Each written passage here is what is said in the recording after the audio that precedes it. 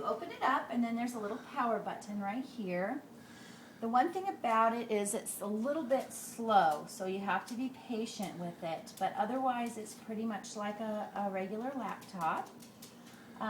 We have all the documents and things in here, so it doesn't give you a lot of reference stuff, but at least you have something to look at. There's a little plug in, and it just goes right in here and then plugs into the wall, and then the battery is good for about 4 or 5 hours. Also has a nice little case to put it in. We set it up so that you just click on the icon that says Sue on the front, just a left click, and then the password is SUE, and then a little click on the green arrow, and I'm just clicking right here, and then you can see it's a little bit, takes a few minutes, a little slower maybe than a regular PC. It does have wireless internet, which we're hooked up to at our house right now, so you'd have to be someplace, and I just double clicked on the left side on Firefox. Now that's just it gives you access to internet, or you can go straight to here, either of these two icons. We set it up so that your welcome page is AOL, and like I said, you have to just be willing to wait a minute or so, because it's just a little slower. Just doesn't have any big brain power, it's just a little guy, but it does eventually come on, I think. We'll try again. Okay. It takes a little patience and a little prayer, and eventually it does work, I suppose. There it goes. It's trying. There we go. So, once you get to AOL, you can see it's still loading. Like I said, there's nothing fast about this little gizmo, but it does give you your news. And so once you get to where you like to, when you get to your news page, you can scroll. Probably easiest just by going over here and just getting that arrow, you know, to just the cursor right onto that down arrow. But like I said, it just takes a little time to kind of get used to this touchpad. You can also hold the left key and just push that up to the top. Then you can go over here and get on your mail. I just left clicked once onto the mail. It's giving me a little error message that I've requested it encrypted. I just ignore that. So you just put your username and your password and sign in, and then you'd be at your mail. So now I'm just going to go back to AOL real quick, and again, you just use the touchpad like this instead of a mouse, just with one finger. When you see something that you want to go to, you just click right here on this little left click bar, and then that'll take you to where you clicked onto.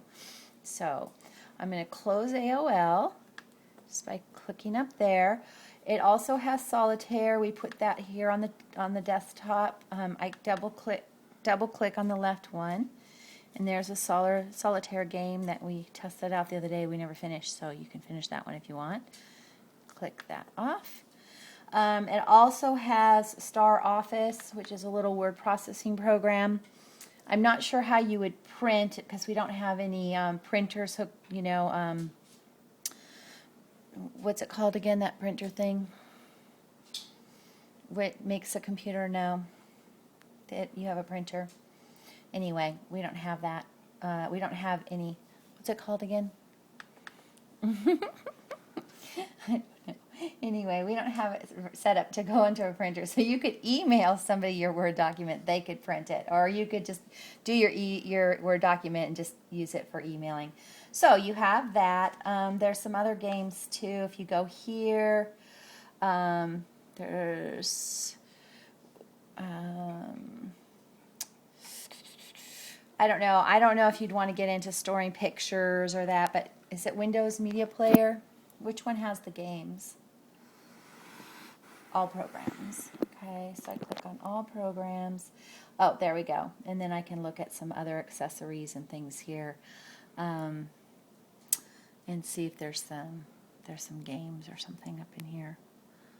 Do you remember where those were? Oh, also there's a little, there's games right there. So you see Free Cell, Hearts, Solitaire.